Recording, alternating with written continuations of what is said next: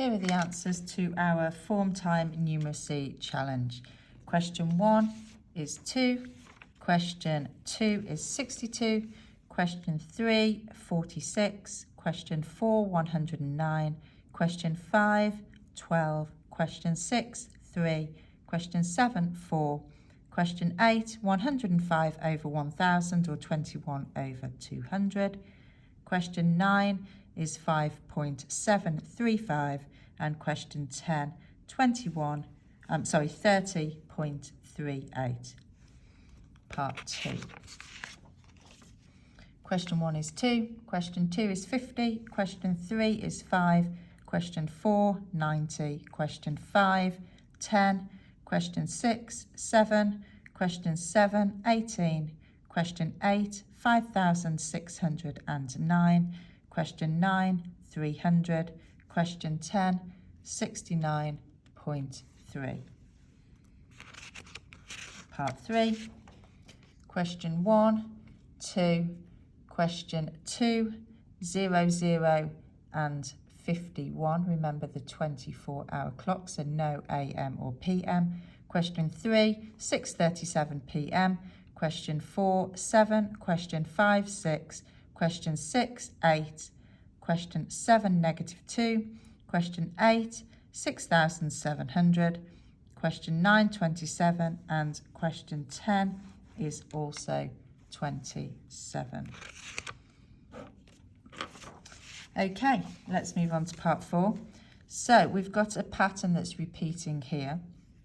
I've numbered them all here, and we can see that every time there's an odd number in the sequence, it's a heart. So that's a really good start. So the 101st symbol has to be a heart. So it's either A or D or E. So I now need to work out if it's a diamond, a spade or a club. So we could count on up to get to the 1000th symbol, or we can use our nth term rule. Let's move that down a little bit. So we know that for our clubs, the nth term rule is 6n subtract 4. For diamonds, 6n subtract 2. And for spades, 6n.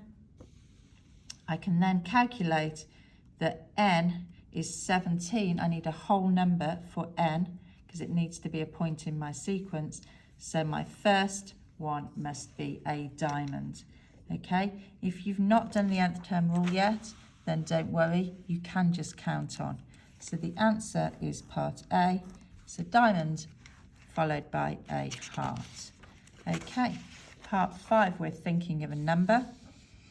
We want to add 1, double it, take away 3, add the number you first thought of, add 7, divide by 3, and finally take away the number you first thought of. So I started by looking at the number 4, and I got the first number, the number I got at the end was 2.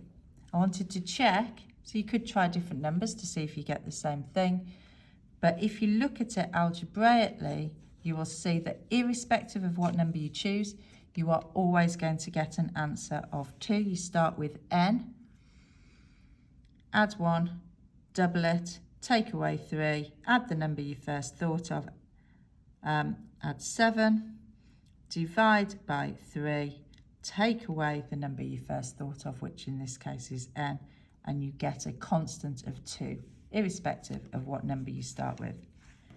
Okay, so our dingbat teasers, we have the last straw for the first one.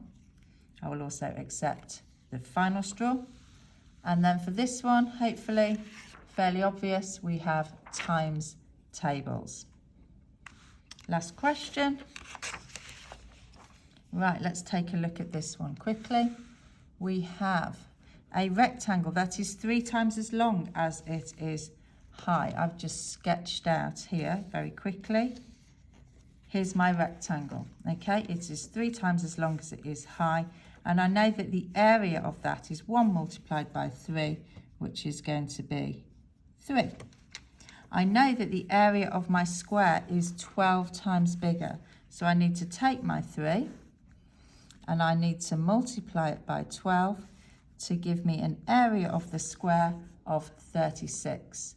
Now, luckily, I know that 36 is a square number. The square root of 36 is 6. So I know that the side length of my square is 6. Okay, the question is, what is the ratio of the perimeter of the square to the perimeter of the rectangle? So my square has a perimeter of 6 plus 6 plus 6 plus 6.